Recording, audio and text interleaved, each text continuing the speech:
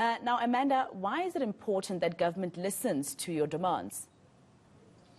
Good morning, and thank you so much for having the Black Sash on ENCA.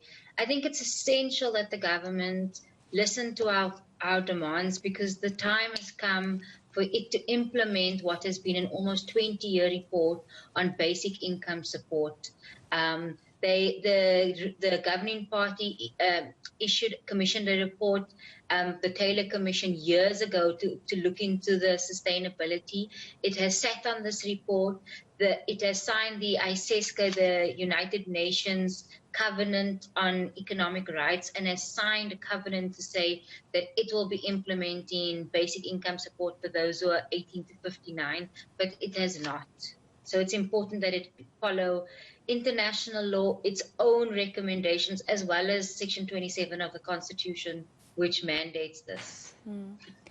Now, let's talk a little bit more about the asylum seekers and refugees, for instance. With them not being mentioned in social relief funds, it would seem our government doesn't care about them or doesn't consider that COVID-19 can be contracted by anyone, and that the financial implications are not only on South Africans. Well, I think it is important to look at South Africa holistically, and the truth of the matter is that people are struggling. We have a triple threat of poverty, inequality, and high unemployment levels. And so regardless of nationality, the people who try to contribute to this economy are struggling. And it is important that we have an inclusive social assistance program for people. You would recall that Scalabrini already won a very important court case that allows the 350 Rand COVID grant to be given to asylum seekers, because there's a constitutional right to protect them. And so what the Black Sash is asking for is for our demands to be inclusive, and that people are protected from what is a humanitarian crisis now, but what has been a crisis for the last 10 years as the economy continues to not show any growth and unemployment is at its all-time high. Well, of course, the fact that government needed to be taken to court first before considering asylum seekers and refugees was quite alarming. But is there money to even increase the social grant, for instance? I mean, our country is already in a lot of debt. I'm thankful for that question on affordability, which is the proverbial question when it comes to social grants. And I will answer the question of how the Black Sash in its report, and people can access the report on our website as well as sign our petition to ask the government to implement this grant. But before I get to the question of how we can afford this, I must say that this question continues to be a political one. And this is a question that is important because it's never considered what the cost of not implementing some sort of social assistance for people who are starving and hungry is. And we don't ask these questions enough about the political decisions that the ruling parties continue to make about wasteful expenditure. But I will say that in its report, the Black Sash highlights a few recommendations for affordability. And so one of that is, of course, the reprioritizing of government spending. So if we can continue to find money to bail out SAA, then we can find money to protect people from starving.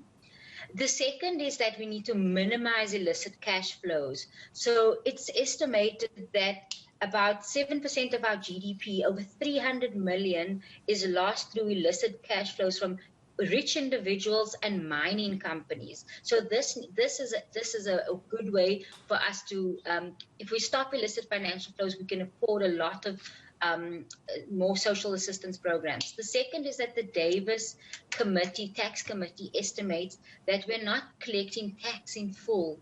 That tax collection is at a 10 to 12% when it should be at where it should be much higher.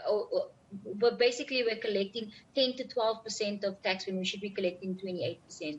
And so if we implement the Davis Committee recommendations on full tax, we also have enough revenue for